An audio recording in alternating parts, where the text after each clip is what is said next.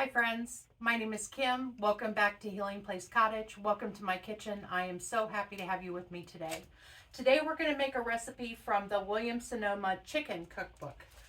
This is found on page 27, and it's one of those recipes where it didn't include the nutrition information, so I used that nutrition calculator on the website that I found to be able to calculate that for us today. So what we're going to make is chicken breast with cherry tomatoes, zucchini, and olives. And we're going to go ahead and chop up our zucchini. And get that going in our skillet with 1 tablespoon of olive oil. And it says to cook that for 6 minutes. So we're going to give that a quick 6 minutes. And then we will put in our onion. It does not call for onion, it calls for shallots. I don't have shallots, so I am just going to use onion, and I'm just going to use half the onion that it calls for. It calls for 2 shallots chopped, so I'm going to use a half of an onion.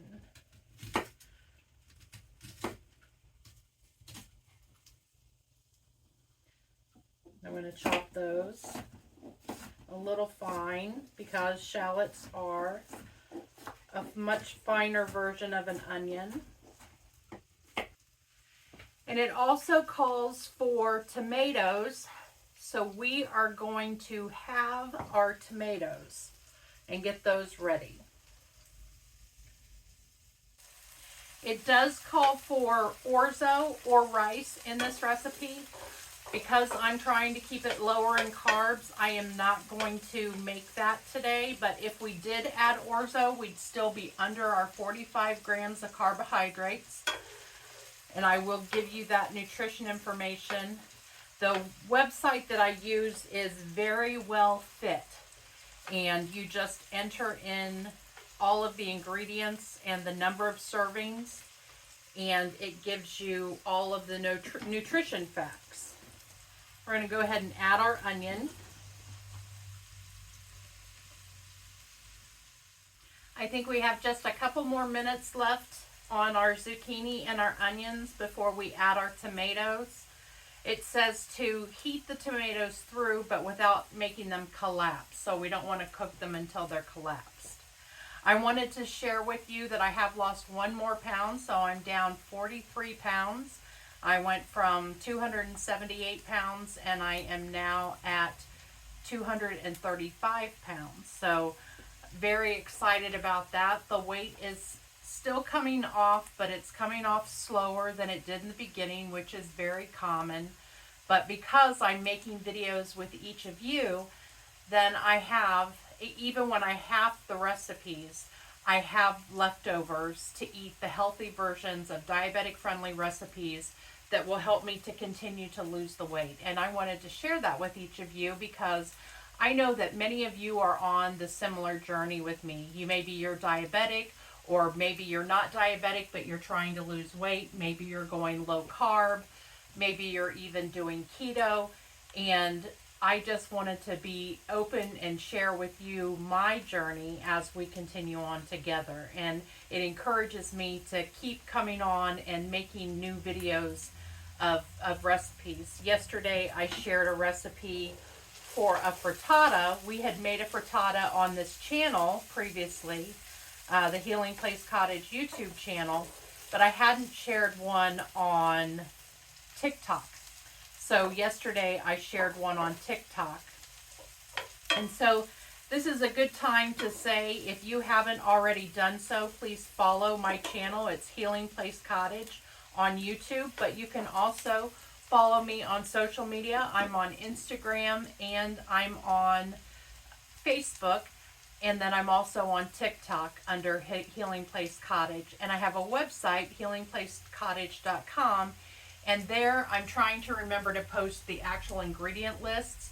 The ingredient lists are always going to be in the show notes for my YouTube videos, but this will make sure that there's another place for you to be able to go and look for those ingredient lists as well. I'm also on Pinterest, and I link my videos there as well if you're ever not sure how to find me. Those are all the different ways to be able to find my content. I'm going to go ahead and add our tomatoes. And it's at this point that they tell us to salt and pepper.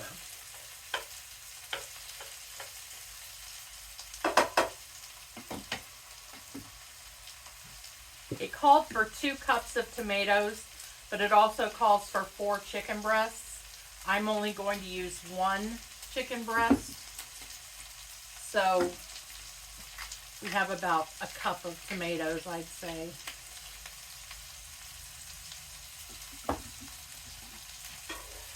Maybe a little less. So we're going to heat those tomatoes through.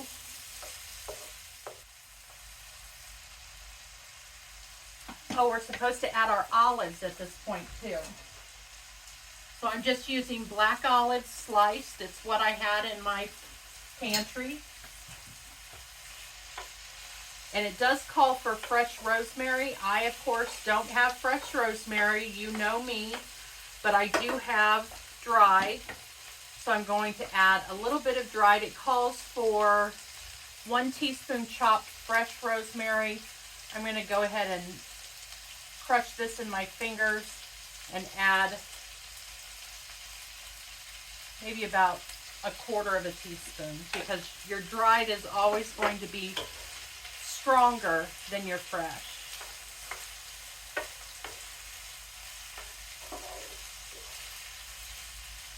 I can already smell that. I think our tomatoes are starting to look like they're heated through. We don't want them to collapse, as they said in the recipe. So at this point, we can transfer this to a plate. And we're going to heat up another tablespoon of olive oil.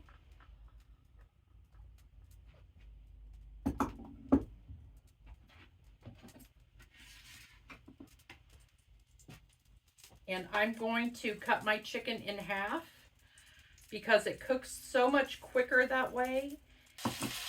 We'll go ahead and salt and pepper our chicken.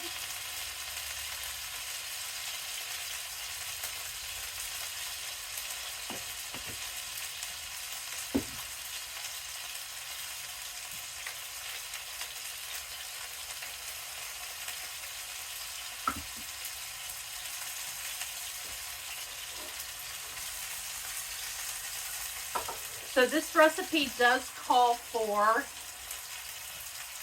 1/2 cup of dry white wine or vermouth. So what I do is I buy the 4-pack of these little bottles of wine, and I use those for cooking.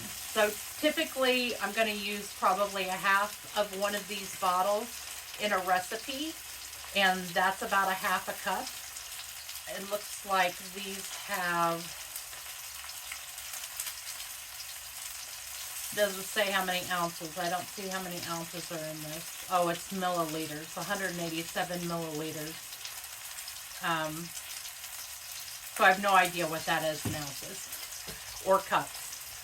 But I will use that today, and then I still have 3 left over, and I'll have 1/2 bottle. I can cap it again, and that way I don't have to use a whole bottle of wine.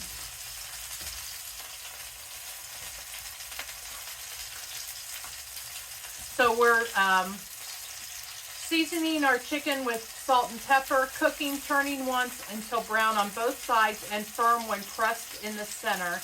About 8 minutes total. Transfer it to a plate and keep warm.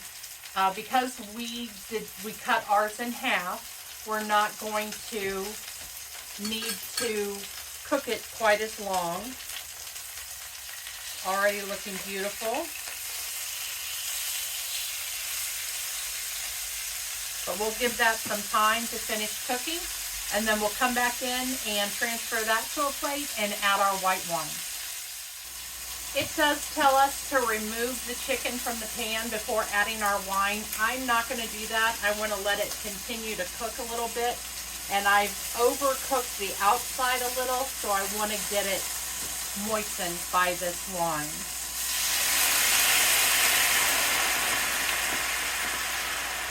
So it says to bring your wine to a boil. And we're going to let that alcohol cook off.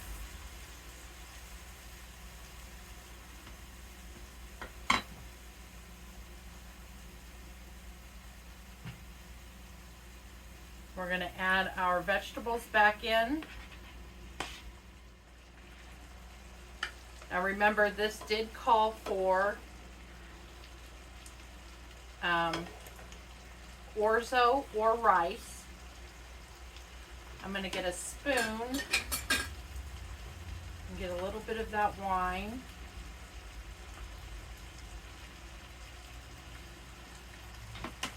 So it looks beautiful.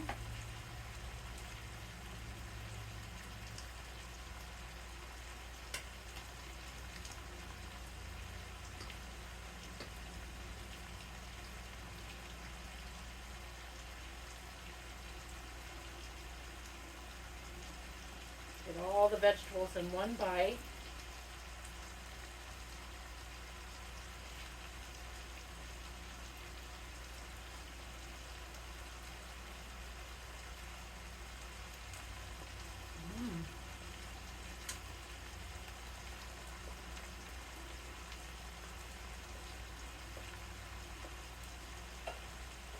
That's yummy.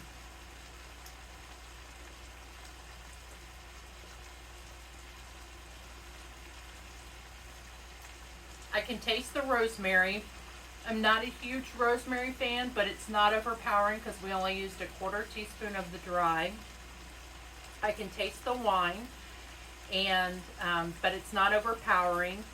It's mellowed out by the zucchini, and you can taste the olives very prominently.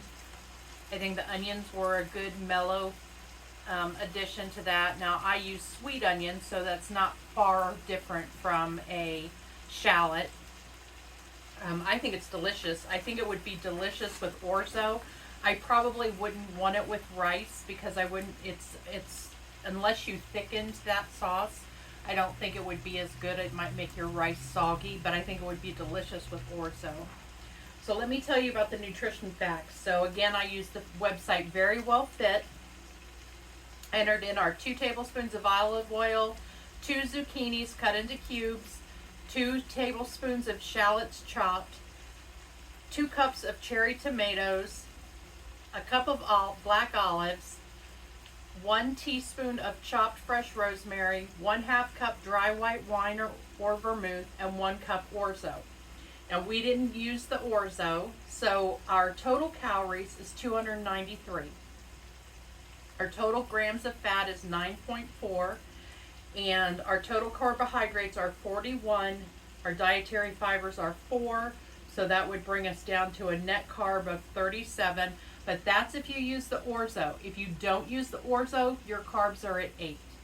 So that's not bad at all, and 7.5 grams of protein. I think this is a delicious recipe. It's definitely a keeper for me. And I can imagine this with fish as well. I think this would be equally good with some type of fish as it would be with your chicken breast. So I think we've got a winner. Remember to like the video if you liked it, and look in the show notes if you'd like a copy of the recipe. Make sure that you subscribe to my channel so that other people can find me easily when they search for diabetic friendly and low carb recipes. And I look forward to cooking with you again soon. Take care, everyone.